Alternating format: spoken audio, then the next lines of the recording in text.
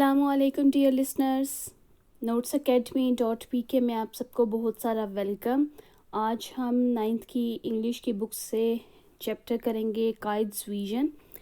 تو ابھی آپ اپنی اسکرین پہ اس کے سینونیمز دیکھ رہے ہیں۔ اس کے بعد ہم پیراگرافس دیکھتے ہیں کہ ہر پیراگراف میں کیا بات کی جا رہی ہے۔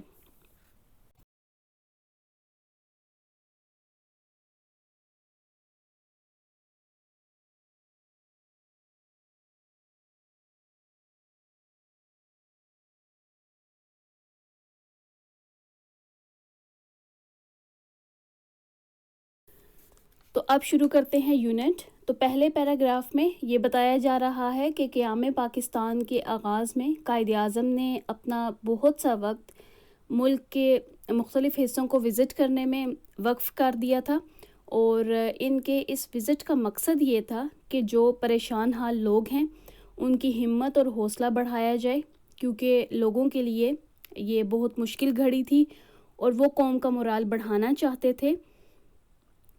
انہوں نے نصیحت کی کہ کام کی زیادتی کی وجہ سے پریشان نہ ہوں، اور بہادر قوم وہی ہے جو مشکلات سے گھبراتی نہیں ہے بلکہ اپنی قوت ارادہ سے ان مشکلات کا سامنا کرتی ہے، اور وہ اس بات پہ بھی یقین رکھتے تھے کہ کوئی بھی اس ملک کی بنیادوں کو نہیں ہلا سکتا اگر اس ملک کے رہنے والے بہادری سے اور ہمت سے مشکلات کا سامنا کریں، یہاں تک کہ موت سے بھی نہ گھبرائیں۔ اب ان سب باتوں سے یہ اندازہ ہوتا ہے کہ قائد اعظم ہمیشہ ملک اور مذہب کی عظمت کے دفاع کو ترجیح دیا کرتے تھے۔ پیراگراف نمبر 2 میں یہ بتایا جا رہا ہے کہ قائد اعظم یہ جانتے تھے کہ اتحاد ہی وہ واحد ایلیمنٹ ہے جو کہ کسی بھی ملک کی کمیونٹی کو مضبوط بنا سکتا ہے۔ انہوں نے ہمیشہ سادہ الفاظ میں اپنے خیالات کا اظہار کیا تاکہ عام آدمی بھی ان کو بآسانی سمجھ سکے۔ انہوں نے شفاف انداز سے یہ واضح کر دیا تھا کہ مسلمان اپنا مذہب، اپنی ثقافت، قوانین، تاریخ اور زندگی گزارنے کا نظم و ضبط رکھتے ہیں،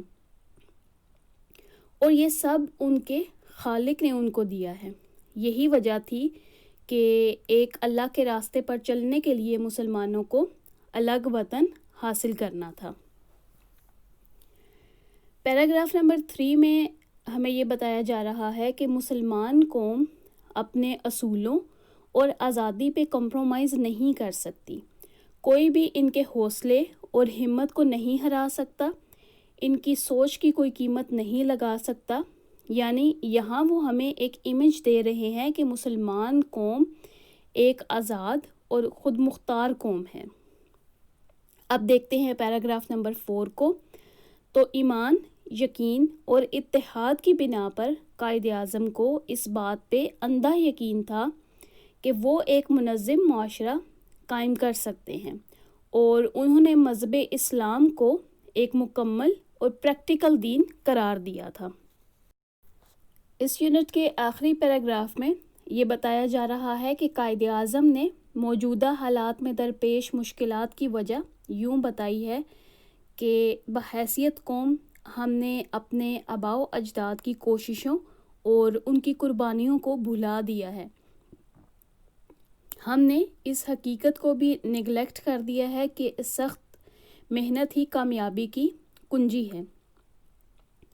لیکن ابھی بھی بہت زیادہ دیر نہیں ہوئی۔ اگر ہم ابھی بھی اتحاد، یقین اور ایمان کو اپنا نصب العین بنا لیں تو کامیابی حاصل کرنے سے ہمیں کوئی نہیں روک سکتا۔ چیپٹر کو دیکھنے کے بعد اب شروع کرتے ہیں unit related questions.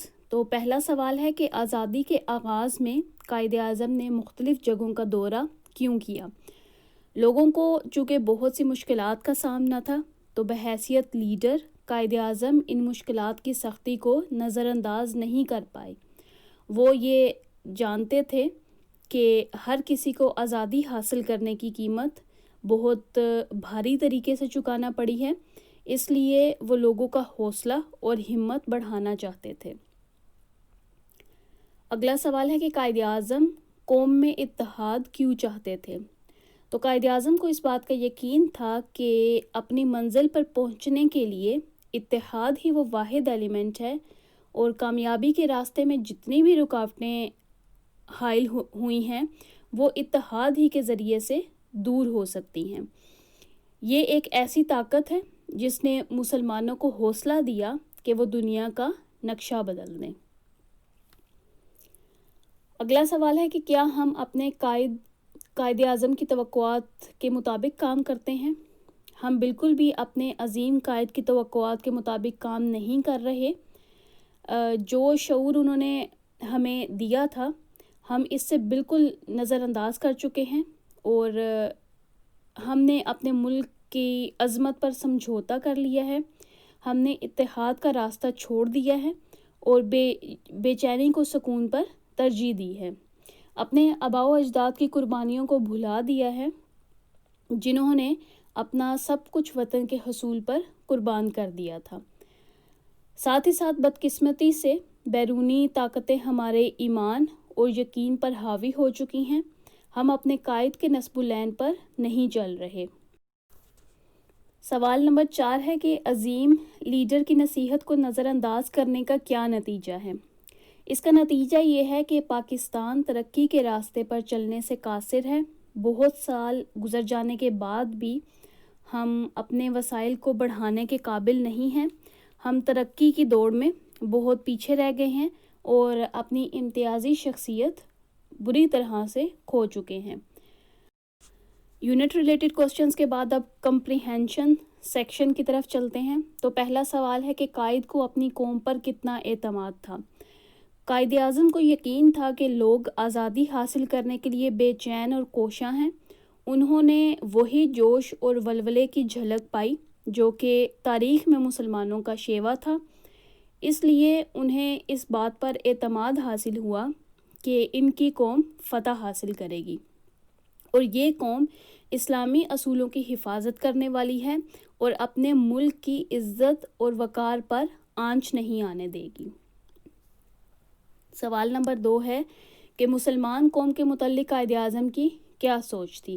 Quaid Azam یہ سمجھتے تھے کہ مسلمان ایک ایسی قوم ہے جس کے پاس تہذیب و تمدن کی اعلیٰ جھلک ہے، بے مثال تاریخ کے مالک ہیں اور ان کے پاس عظیم رسم و رواج موجود ہیں۔ یہ ایک ایسی قوم ہے جس کے پاس کامیاب منزلیں ہیں اور اعلیٰ مقاصد ہیں۔ قائد کے خیال میں یہ قوم ہر طرح کے علوم و فنون میں سب سے آگے ہے، کیونکہ ان کے قوانین اور نصب العین اپنی ہی طرز کے ہیں جن میں یونیکنیس کی جھلک نظر آتی ہے۔ اگلا سوال ہے کہ نظریہ پاکستان قائد کے خیال میں کیسا تھا؟ قائد اعظم کو یقین تھا کہ مسلمان ایک الگ نظریہ، دین، عقائد، تہذیب اور معاشرتی پہچان رکھتے ہیں جو کہ کسی بھی قیمت پہ دوسری کسی بھی چیز کے ساتھ سمجھوتا نہیں کر سکتے۔ برِ صغیر میں کیونکہ مسلمانوں کو ایک ایسے ماحول کا سامنا تھا جہاں پر ان کو مذہبی اور معاشرتی آزادی حاصل نہیں تھی، اس لیے مسلمانوں کے لیے مشکل تھا کہ وہ اپنے خالق کے بتائے ہوئے راستوں پر چل سکیں۔ مسلمانوں پر بہت سی معاشرتی اور مذہبی پابندیاں بھی تھیں جو ان پر بری طرح سے اثر انداز ہو رہی تھیں اور ان کی صلاحیتوں کو اجاگر ہونے سے روک رہی تھی۔ اس لیے قائد اعظم نے اس بات پر زور دیا کہ مسلمانوں کو ایک الگ وطن حاصل کرنے کی ضرورت ہے تاکہ وہ اپنے عقائد اور اپنے اصولوں کے مطابق زندگی گزار سکیں۔ سوال نمبر 4 ہے کہ موجودہ مشکلات کا کیا حل ہو سکتا ہے؟ تو ہمیں اپنے اندر ایک ایسی سوچ کو اجاگر کرنے کی ضرورت ہے جو مشکلات کو بھانپ لے اور پھر ریزننگ اور لاجک کی بنا پر اس کا حل ڈھونڈنے میں ہماری مدد کرے۔ ہمیں ایک ایسے سینٹر کی ضرورت ہے جہاں پر ہم اکٹھے ہو کر اپنی کھوئی ہوئی طاقت کو بحال کر سکیں اور اپنے اندر وہی جوش اور ولولہ اکٹھا کر سکیں جو برِ صغیر کے مسلمانوں نے اپنے لیے جمع کیا تھا۔ اسی صورت میں ہم نعمتوں اور نوازشوں کے خزانے کے تالے کو کھول سکتے ہیں۔ اگر ہم ایک ٹیم کی صورت میں یکجا ہو کر مل کر کام کریں اور اس کے ساتھ ساتھ ایک دوسرے سے تعاون کریں تو یہ ہماری مشکلات کا حل ہوگا، اور ہماری زندگی کے کچھ مخصوص اصول ہونے چاہیے جس کے مطابق ہم زندگی بسر کریں۔ سوال نمبر 5 ہے کہ ہم ایک مضبوط قوم کیسے بن سکتے ہیں؟ ہمیں اخلاقیات کے دامن کو تھامنا پڑے گا، اپنی ذمہ داریوں اور اپنے کردار کو سمجھنا ہوگا۔ قوموں پہ مشکلات اور آفتیں آتی رہتی ہیں، لیکن ہمیں حکمتوں سے چلنا پڑے گا، تبھی ہم آزمائشوں سے نکل سکتے ہیں، اور ہمیں اپنے ملک کی عظمت اور عزت اور وقار پر کوئی سمجھوتا نہیں کرنا چاہیے۔ ہمیں اس بات پہ یقین رکھنا چاہیے کہ مسلمان کسی بیرونی طاقت کے سامنے نہیں جھکتا۔ اگر مسلمان کسی کے آگے جھکتا ہے تو وہ اپنے خالق کے آگے جھکتا ہے۔ اسی طرح کے سٹینڈرڈز کو اپنا کر ہم ایک مضبوط قوم بن سکتے ہیں۔ تو اس ویڈیو میں ہم نے یونٹ نمبر 6 کمپلیٹ کر لیا ہے۔ ابھی آپ اپنی اسکرین پہ اس یونٹ کی سالوڈ ایکسرسائز دیکھ رہے ہیں۔ امید ہے اس ویڈیو سے آپ کو کافی ہیلپ ملی ہوگی۔ اگر ویڈیو اچھی لگے تو ہمارے چینل کو سبسکرائب کیجئے، ویڈیو کو لائک اور شیئر کیجئے، اور کومنٹ باکس میں مجھے ضرور بتائیے گا کہ آپ کو یہ ویڈیو کیسی لگی۔